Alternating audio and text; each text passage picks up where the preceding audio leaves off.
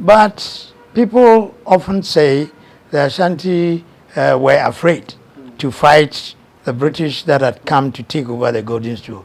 That is not the case. Of course, the men were not afraid. The men had decided not to fight because their king had told them not to fight. That's one. Two, the king who was to lead any time during war was led by kings, and all their war generals have been taken away.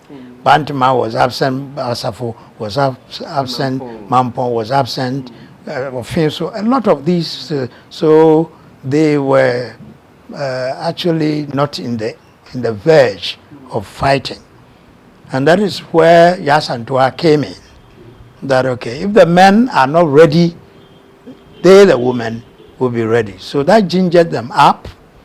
And so the war was fought, but it was not fought by the women.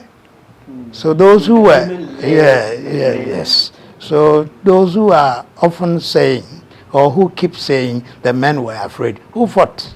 It is still the men.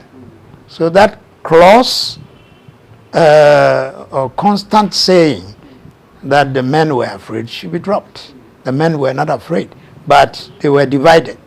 And then some series of wars had taken place.